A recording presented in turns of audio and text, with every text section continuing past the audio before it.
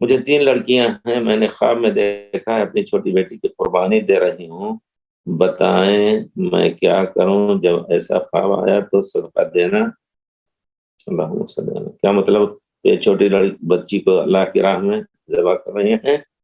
نہیں، انشاءاللہ پیسہ دینے یا اس طرح کوئی ایسی چیز نہیں ہے، اور یہ گویا اللہ کی راہ میں آپ بچی کے بارے میں نیک، اور یہ نیک خواب ہے، انشاءاللہ بچی کی شادی اچھی جگہ پر ہوگی اور وہ اللہ کی راہ میں انشاءاللہ زندگی گزارے گی، آپ گھبرائیں نہیں۔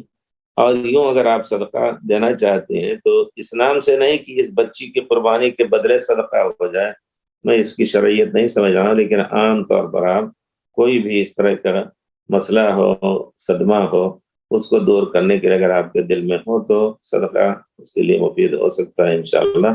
اسی طرح بیماریوں کے لیے بھی صدقہ جائز انشاءاللہ، علماء نے اس کو مستحب فرمایا ہے۔